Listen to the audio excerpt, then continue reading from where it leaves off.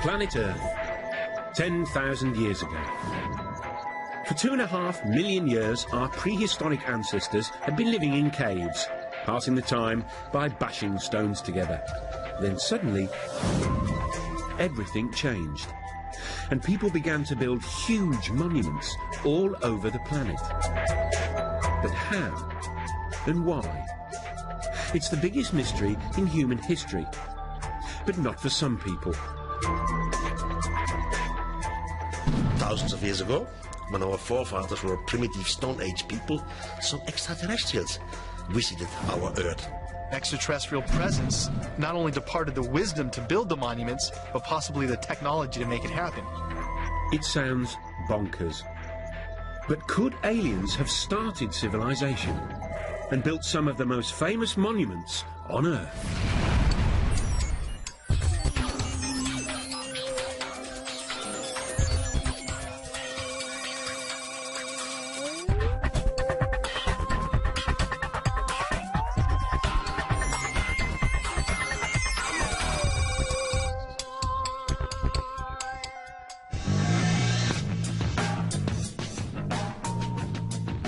All over the Earth, there are giant stone monuments. Almost everyone knows they were created thousands of years ago by ancient man. But could almost everyone be wrong? According to the official history books, buildings like the pyramids and Stonehenge are triumphs of human engineering, which mark the beginning of our human civilization. But there are a few nagging questions about them, like why they seem to appear out of the blue.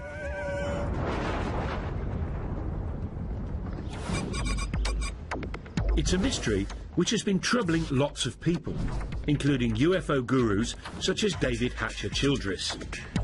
Well, one of the great enigmas of the past and of humanity is that people just like us have been around for at least 100,000 years. And then suddenly, a few thousand years ago, we just stepped out of our caves and started building all these giant monuments. One of the mysteries here is not only how did ancient man build all these giant megalithic monuments, but why? Over the years, scientists have struggled to explain it. Some suggested it was to do with agriculture. The birth of agriculture meant we could suddenly feed armies of workers. Others said it was all about the birth of religion. Early civilizations were desperate to placate gods. But now, there's another explanation.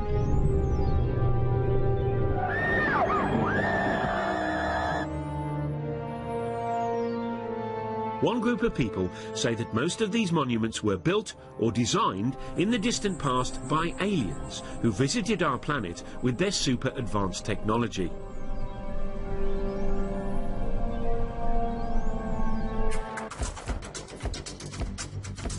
One believer is Jason Martell. He lives in California and runs a dating agency. But in his spare time, he's been grappling with the biggest archaeological mystery of our time. And he says he solved it. Man could have had the ability to physically stack those large blocks in Egypt and build that, 100,000 men. But the knowledge to do it had to come from somewhere else. There had to be some type of intervention, and that's why I look towards the ancient astronaut theory. Ancient astronauts from somewhere else came here and influenced our society. Jason and other believers say this idea would explain some baffling questions about ancient monuments. Take Stonehenge. How did Bronze Age Britons drag these 5-ton stones over 170 miles? And then there's this 1,000-ton block at Baalbek in the Lebanon. It weighs as much as 3 Boeing 747s. How did ancient man shift that? And then there's the biggest controversy of all, the Pyramids of Giza. The biggest one is made from 2.5 million blocks of stone. It was built in just 20 years and is lined up exactly with the North Pole, less than 1/10 of a degree out. According to the experts, the answer is simple. The ancient Egyptians were just terribly clever, worked very fast and very hard. And they created a whole tourist industry in only a few decades. But that doesn't convince the likes of Jason Martell. Many of the ancient sites around the world display a type of brilliance that we don't attribute to ancient man. If ancient man is living in clay huts and using stone tools, they're not going to have the advanced mathematics and geometry to lay out some of the sites that we have today. How did ancient man build things like Stonehenge? How did they get the Giza pyramids to line almost 1/10 off a degree to actual north? So what do the official Egypt experts say? Egyptologists think there's no big mystery. Archaeologists, they say, have dug up lots of evidence near the pyramids. The broad features are fairly clear. We've got the barracks where the workmen lived, we've got tombs of the architects. Also, for some of the unfinished pyramids, we have got the ramps which were used to drag the blocks into place. So although the minutiae of the construction process isn't known, probably is unknowable, I think the big picture is perfectly clear. The problem for believers in ancient alien astronauts is that we can't ask the aliens themselves. Or can we? Lisa Royal Holt says that she knows that aliens built ancient monuments. That's because she is an intergalactic medium who's in direct spiritual contact with an alien called Sasha. Apparently, Sasha lives billions of miles away, but luckily, reception is crystal clear. Over to you, Lisa. Well, greetings to you. This is Sasha. It is a pleasure to be with you this day, and we are so excited that you have an interest in this subject matter. Our intentions for our interaction with Earth humans is absolutely, totally in peace, love, and joy. Thank you, Lisa. I mean, Sasha. That's very reassuring. But what about the pyramids? Who built them? In ancient days, my forefathers came to Earth. We were seeking another place to colonize. The monuments were built by extraterrestrials, usually for actual scientific purposes. OK, we'll be back with the aliens soon, so we can hear firsthand about what experiments they got up to. But first, let's meet the godfather of the ancient alien astronaut theory, the man scientists and archaeologists love to hate. Traditional archaeology don't like mysteries. They have the answer for everything. They just declare something, and the rest of the world has to believe it.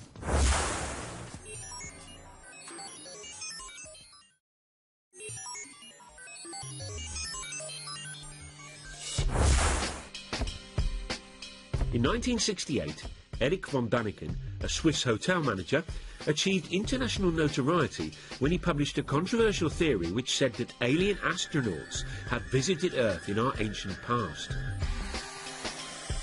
Now, it wasn't the first time it had been suggested extraterrestrial beings had come to Earth in prehistoric times. This, after all, had been a staple of science fiction fantasy for years. But Erich's idea had a rather crucial difference. He said it was true. His book, Chariots of the Gods, sold more than 60 million copies worldwide. And he quickly became an international superstar. Erich seemed to give the world a brand new space-age version of human history. Thousands of years ago, when our forefathers were still Stone Age people, some extraterrestrials arrived. Von Däniken argued that those extraterrestrials helped build ancient monuments. His career as a solver of ancient mysteries began, he says, in the 1960s. While other people were taking drugs and generally rebelling, Erich was pondering ancient buildings, and one in particular, the Great Pyramid of Egypt. Built as a tomb for the pharaoh Cheops, it's made of 2.5 million stone blocks. Some of the biggest weigh up to 80 tons and were transported from quarries hundreds and hundreds of miles away. And that was 1,000 years before the invention of the wheel. To Erich von Däniken, that posed a huge question.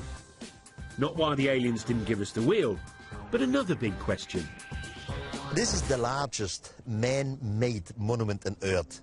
with a height of about 450 feet and weighing 30 million tons. It's quite a piece. I mean, for a group of people or architects who came right out from Stone Age time.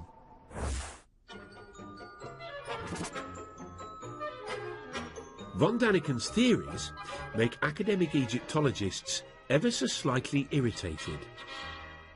Von Daniken doesn't seem to like human beings very much. He does them down, claims that people are just out of the Stone Age. Well, the Stone Age actually ended some centuries before the pyramids were built, for starters. As far as I'm concerned, Eric von Daniken is a one-man self-publicity machine. I wouldn't characterise what he does in anything like scientific work. But no matter what the experts say, Eric has stuck to his guns. I was never afraid to be ridiculed. I was never afraid that others have a complete different opinion to me. It's wonderful.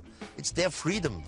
But I at least read most of the archaeological books, while the other side, they have no idea what Eric von Daniken says. He states that you couldn't cut granite except with laser beams. Well, it's been shown that using a copper saw, using just ordinary desert sand as an abrasive, within a week or so you can slice through a great chunk of granite. As far as the professionals are concerned, Egyptians didn't need big lasers and big UFOs to move stones.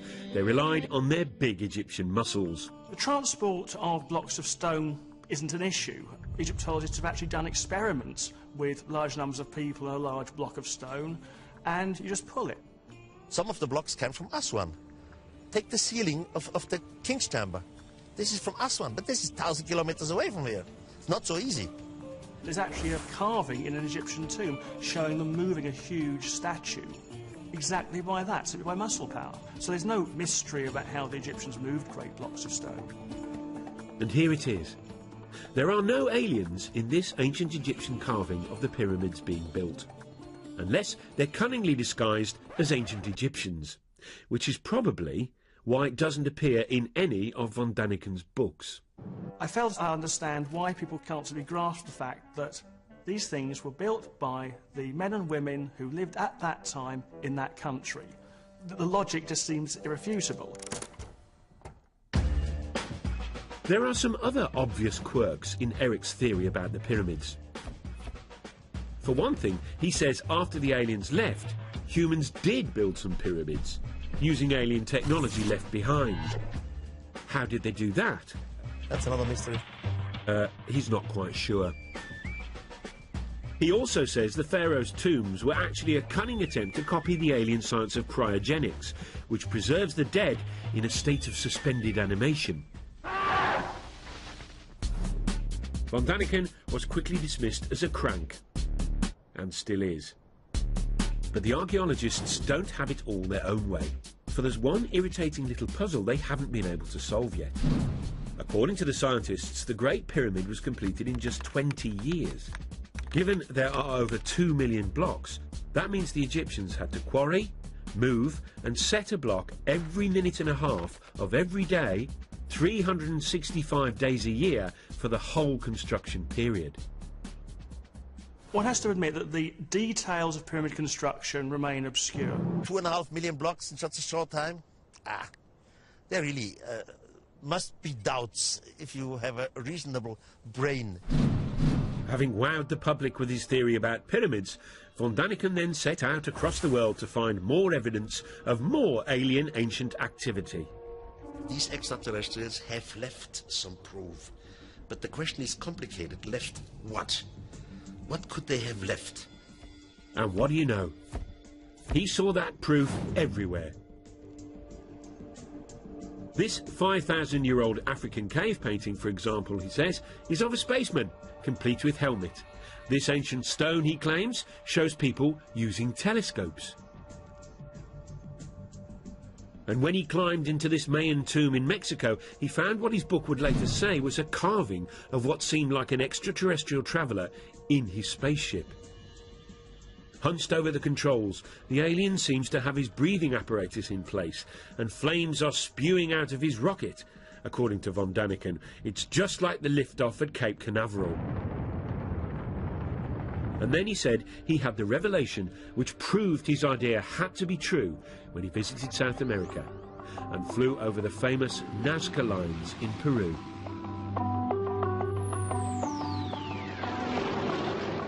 These ancient patterns, drawn into the desert, stretch for miles. Some are weird shapes. But mysteriously, those weird shapes can only really be seen from the sky.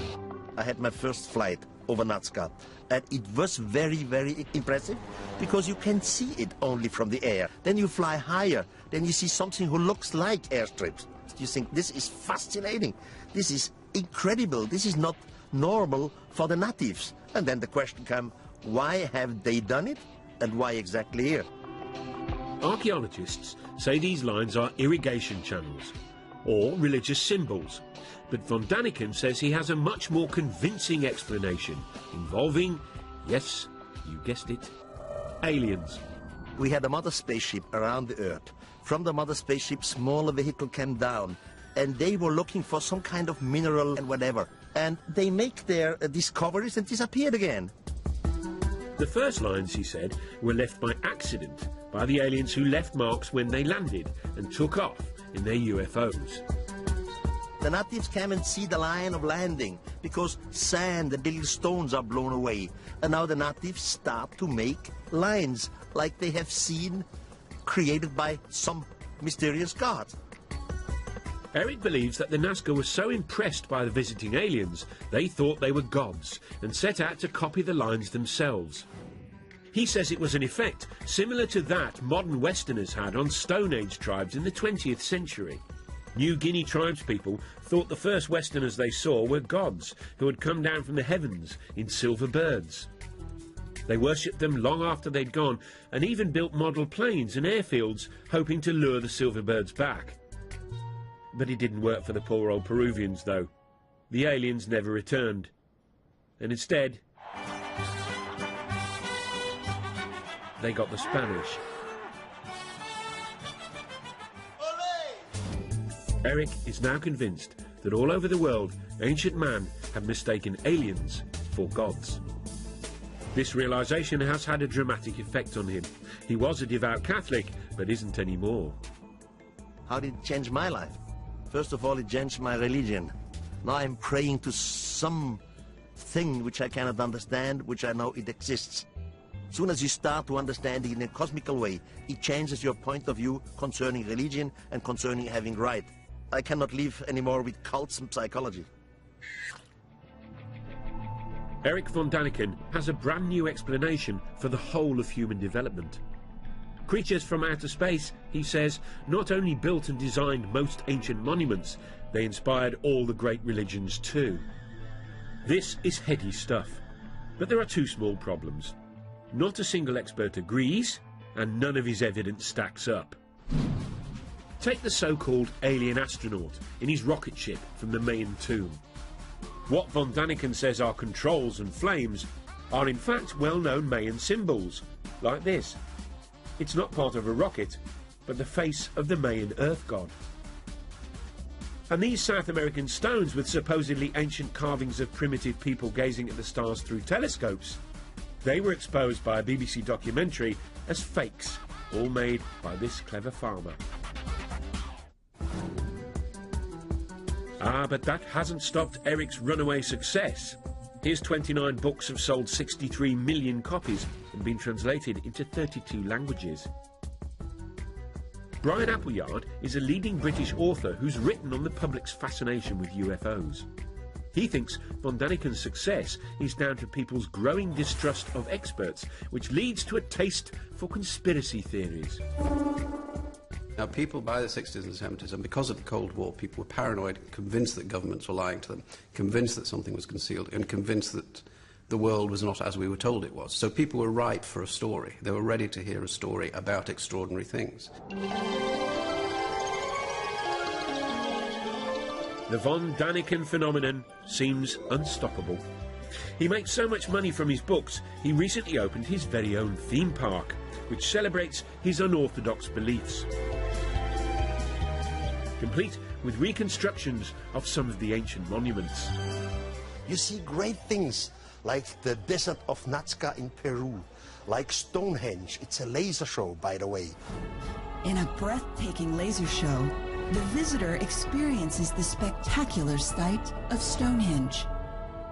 There's even a guided tour which aims to answer all those big questions you've been dying to have answered. Did the mythical continent of Mu ever exist?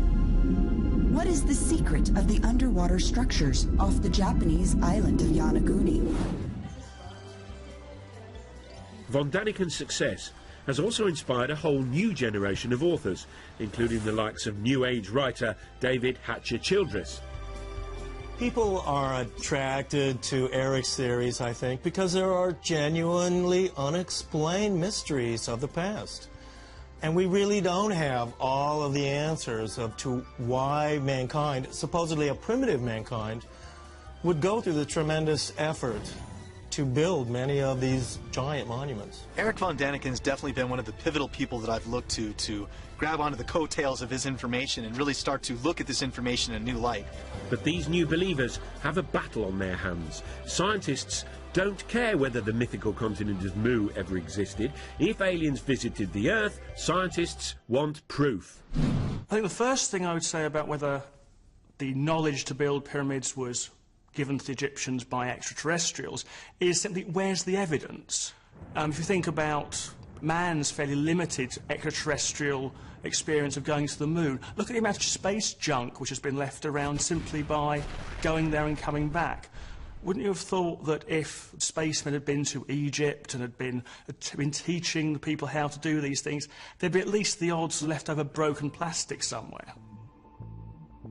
The believers, though, say they've found some evidence, although whether it's very convincing is a whole different question. According to them, aliens did leave some space-age technology behind. This 2,000-year-old pottery jar, for example. It was discovered in Baghdad in 1938. Inside it were copper and iron rods, similar to a modern battery. Back in California, Jason Martell has built his very own replica. What we're looking at basically is just a simple clay pot formed with the clay found naturally in that region, and then using a simple copper lining and a iron metal rod down the center. This was back in their days used either a rubber or an asphalt stopper. Jason fills the pot with an acid solution, vinegar, and now he's expecting something spectacular to happen. All right, the moment of truth.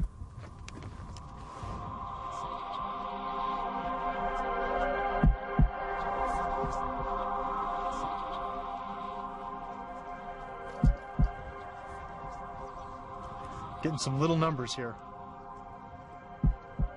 See that spike? It's going off the chart here now. Look, there we go. See that? Generating 4 volts right there.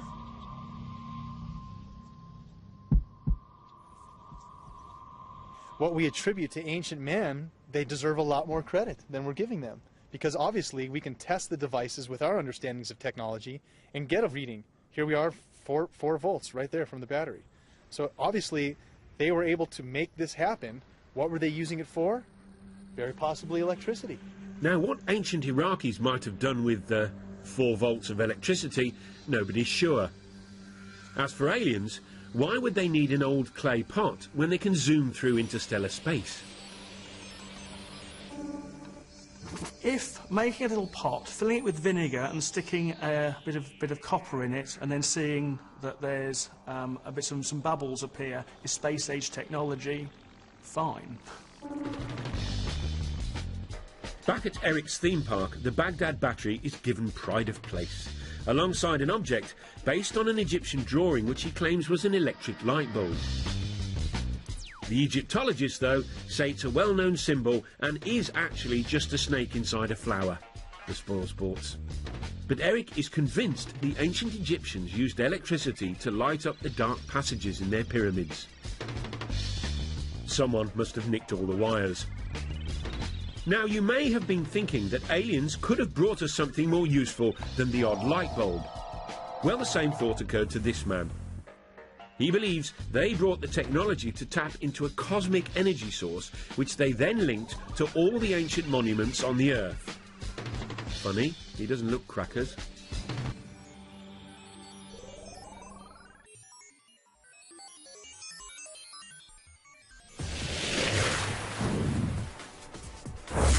One of the things that makes human beings sort of special is that we live in big, sophisticated societies full of big, complex buildings. It's called civilization. Which is why so many people positively hate the idea that the whole thing might have been kick-started by aliens. At the heart of the theory is the suggestion that extraterrestrials built the very first big buildings of all back in the ancient past. Which is all very well and good, but the believers have had a hard time explaining why the aliens did all this. Were they just trying to show off? Not according to this man. Here he is, hiding in Stonehenge.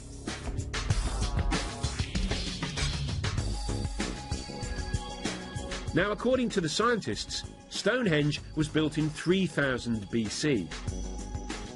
The 5-ton stones were dragged 170 miles by ancient British people to celebrate the sun, it's thought. Which is all very interesting. But not quite interesting enough for David Hatcher-Childress. He says Stonehenge might instead have been a fuel stop for ancient aliens. He came up with his interesting theory after he discovered what he says are mysterious energy lines. He believes the Earth is covered with these invisible lines in a strange network. If it all sounds a little unlikely, it has at least got a cool-sounding name. The World Energy Grid. The world grid is an intelligent geometric pattern of the Earth and its energies. A wave of the sunlight hits the Earth and wraps the Earth like a ball of string of energy, creating this energy grid. As you might have guessed, no scientist believes in this grid or the energy that it apparently contains. But according to Hatcher-Childress, that's just because they're too sceptical for their own good. The aliens, though, knew about the energy grid and tapped into it. How? By building ancient monuments on key intersections of the grid, obviously. By placing megalithic monuments along this grid, UFOs can then take energy off of this energy grid, and by going to certain power points like Stonehenge, the craft can hover over these energy spots and draw energy from those spots to help replenish the craft. Now, why these giant fuel stops are all built out of big lumps of stone, Childress doesn't say. But maybe we could tap into this energy nowadays. Of course we can't. Over to you, David, to explain exactly why not. I know many people must have difficulty in imagining this energy grid around the planet, but it's a lot like this racetrack. Here on this racetrack we have a geometric formation. It's all interconnected. We have the cars running along this energy grid. But if any part of this racetrack is disconnected or broken, the cars won't have the energy anymore and they won't be able to run along the track. So unfortunately, because the ancient monuments like Stonehenge are nothing more than ruins, the world energy grid has broken down. So no free energy for us. But apparently the aliens didn't just use the ancient monuments for energy. Oh no. Many of the megalithic monuments, including pyramids, Stonehenge, are actually antennas that can be used by UFOs. So there you go. Stonehenge wasn't just a place where druids hung out. It may have been used by ancient aliens to phone home. Or maybe not. Oh sure, they're from another planet. But talking of phoning home, where might these ancient aliens have actually come from? There is one man who should know. He's Seth Shostak.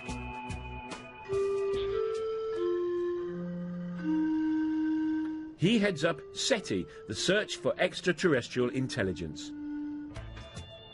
This is a scientific study that's been scouring the constellations for the last 20 years, listening for radio signals from alien life forms. It turns out that lots of scientists believe that life probably did arise somewhere else other than the Earth.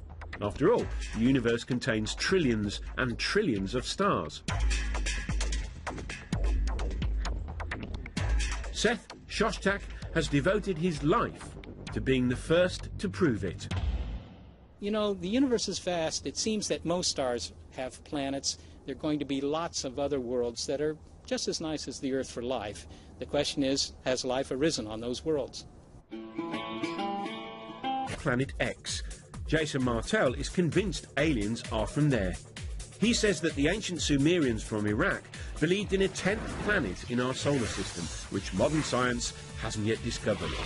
Sumerians, he says, believed that's where their gods, the Anunnaki, hung out. Again, the Anunnaki are the beings supposedly that come from Planet X, another planet within our solar system that modern science is currently trying to look for. That planet does exist. It's possible we have ancestors living on that planet. Just a minute. Ladies and gentlemen, we bring you this special radio television broadcast in order to give you the very latest information on an amazing phenomenon. It was looking good for Planet X when in July 2005 astronomers announced they had actually discovered a big blob way out beyond Pluto. They called it Planet Xena. But they've now realised it's really small and full of gas, so not likely to be the home of the Anunnaki or our ancient alien visitors. But there's one candidate for alien life that obsesses more people than any other. It's our closest neighbour, Mars. It's also the planet that's most like our own. Some scientists are convinced it has water, and for years NASA has been probing and exploring it. So far, no signs of aliens. But in 1976, they were looking for signs of tiny bacteria, when instead they found this.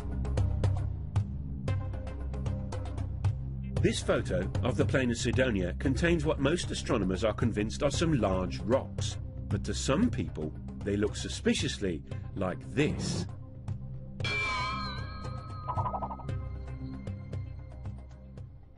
Here's one guy who thinks that's exactly what they are.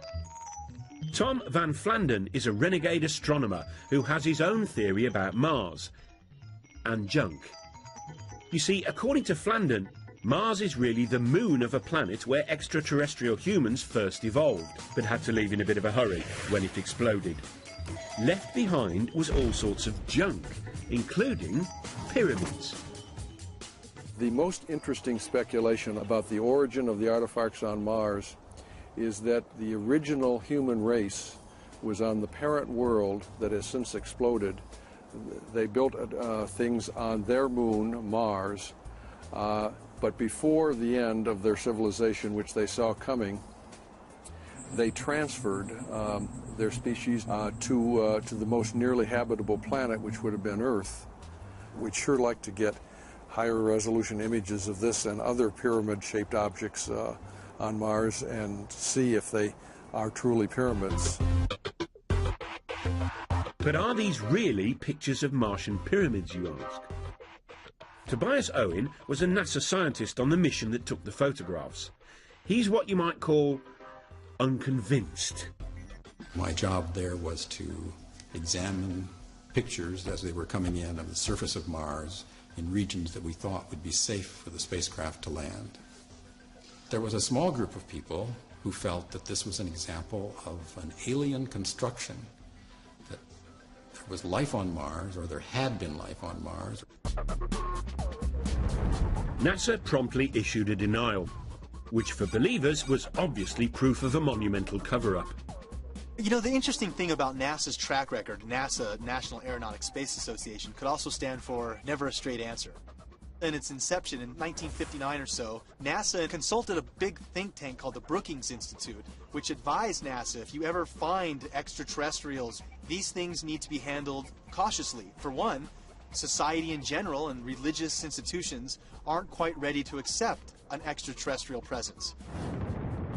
Pyramids on Mars were spooky enough, but then things got really out of hand when NASA released another batch of photographs from the plain of Cydonia. And near the pyramid shapes was something else. A rocky outcrop that some people felt had an eerie resemblance to something familiar, something that ancient astronaut believers have long connected with aliens. Yep, that other famous tourist site in Egypt. Very interestingly enough, NASA first took an image of the face on Mars, and they labeled it head. And this photograph was quickly dismissed by NASA as a trick of light and shadow. It's not really a face on Mars, it's just a lighting angle difference. Wrong answer. Here we have a face in pyramids on Mars, a sphinx in pyramids in Egypt. There has to be a connection, a Mars-Earth connection. To the scientists, though, it was just a natural feature. This is the kind of thing that we see on the Earth in various places. There's a famous one in New Hampshire in the United States called the Old Man in the Mountain. And there's a tendency among us humans to try to see images of ourselves in nature. And here was a perfect example, but happened to be on Mars. The common sense explanation is simple. Human beings are just hardwired to recognize faces, even when faces aren't there. Over to a psychologist to explain. Faces are very important to humans from infancy. They're so important that we perceive faces even in a stimulus that is not a face. For example, this plate of eggs in front of me looks very much like a face. We can see eyebrows, two eyes, a nose, and a mouth very readily. Well, when I look at the first image that was taken of the structures on Mars, I see it very, very clearly as a face. Here's an eye, here's the bottom part of a nose, here's the outline of a face. This is a low-resolution image, and I'm quite convinced by that interpretation. However, when I look at the more recent image, which is a much more high-resolution image, I'm very hard-pressed to see that as a face. Now, could I see it as a face? I could. I could go and look for the same features that I saw in the first image and try to pick them out here. But in the high-resolution image, where it is not very ambiguous, it is much harder to perceive this as a face. We now have exquisite images of the surface of Mars that are being taken as we speak, in fact, by the Mars Express spacecraft. And we see extraordinary detail on the surface of that planet, but we see no evidence of anything artificial. So Mars may not have a sphinx, and it probably doesn't have any pyramids. And so far, it hasn't got any signs of life at all. So where do the ancient aliens come from? It's time to consult someone who should really know. An alien herself. Lisa Royal Holt, a cosmic medium, claims she can communicate with aliens. Apparently, she hooks up to the extraterrestrials by putting herself into a self-hypnotic trance. She says she's been doing it for years. It wasn't until I was in college when I was studying hypnosis, and I learned to put myself in an altered state. And when I did that, I started to realize that I was very intuitive and that sometimes I would receive messages. I'm able to actually hear or sense the communications and then verbally communicate them. Right now, her favourite phone buddy is a female alien called Sasha, who takes over Lisa's brain and communicates through Lisa's voice. We are about to do a channeling session. I will go into a meditative state. You are going to hear from Sasha, who says she's from the Pleiades. You mean the Pleiades, a cluster of stars in the constellation of Taurus, otherwise known as the Bull. Tell us, Sasha, if it's not too personal a question, what do girls from the Pleiades look like? In my world, I actually do have what you would know to be a physical body, though it exists in a slightly different dimension. I could walk down your street and pass as a human, but you would probably look at me and feel there was something strange about me. Sasha says her people were intergalactic empire builders who roamed the universe thousands of years ago, taking over other planets and building vast monuments as they did. Ironically, one of their first colonies was apparently on Mars. We used some of the bases there as colonies. What has been found now on Mars represents the tip of the iceberg of what is still on Mars. But Mars was merely a stopover for Sasha's people. She says they soon turned their attention to us.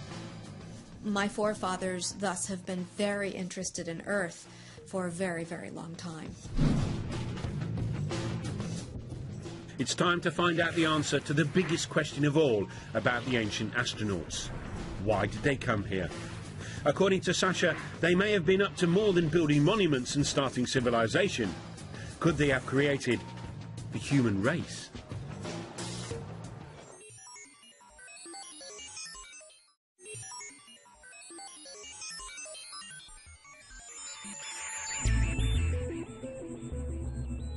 If alien astronauts really did visit us thousands of years ago, and that's rather a big if, then the obvious question is why? What is it? I don't know.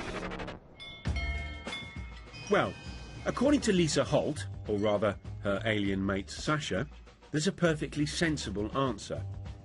The aliens chanced upon our pre-human ancestors, and then started messing with our DNA, a process she calls upliftment. My sources have said that the extraterrestrial genetic projects on Earth have been going on for thousands of years.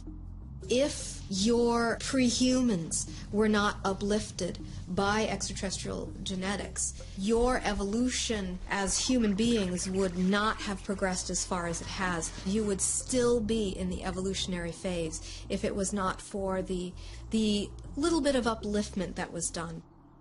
Lisa and Sasha are not the only people to believe this theory. They came here 300,000 years ago, created a primitive worker based off the Neanderthal man that was here evolving naturally, and created us. So an extraterrestrial crew comes here. They take one cell. They change the DNA code in the cell. You put it in the womb of a female of the same species. This female will give birth to a child. It's just what we would call the missing link. If the believers in ancient aliens are right, then evolution didn't gradually create humans. We were instead cooked up in the alien equivalent of a test tube. Spooky stuff. To me, that explains so much. And it also explains psychologically a sense of abandonment that the human race seems to feel. That these beings helped in our creation, but then never allowed us to remember who our parents were. Now, it all might sound like cobblers, but the notion of visiting aliens as godlike creators takes alien conspiracy ideas to their ultimate conclusion. And for author Brian Appleyard, it even hints at the role aliens now have in our culture. The idea that aliens once visited Earth and gave us this technology, this capacity, and pointed us up some progressive path, showed us the way to go, is a great idea for people to hold on to. Because one of the problems of the modern world is that people don't have anything to hold on to. And the story of ourselves we're given by science is frankly that we're nothing, it doesn't mean anything. The thing about the alien in the past is that it gives us a story. And that's fundamental to what people need to believe about themselves. Whatever comfort the idea that aliens visited us in the past gives some people, chances are it never happened. But hey, if it did, then maybe, just maybe, the greatest monument they left behind wasn't a giant feat of engineering, like the pyramids, but a brilliant little piece of genetic engineering called us.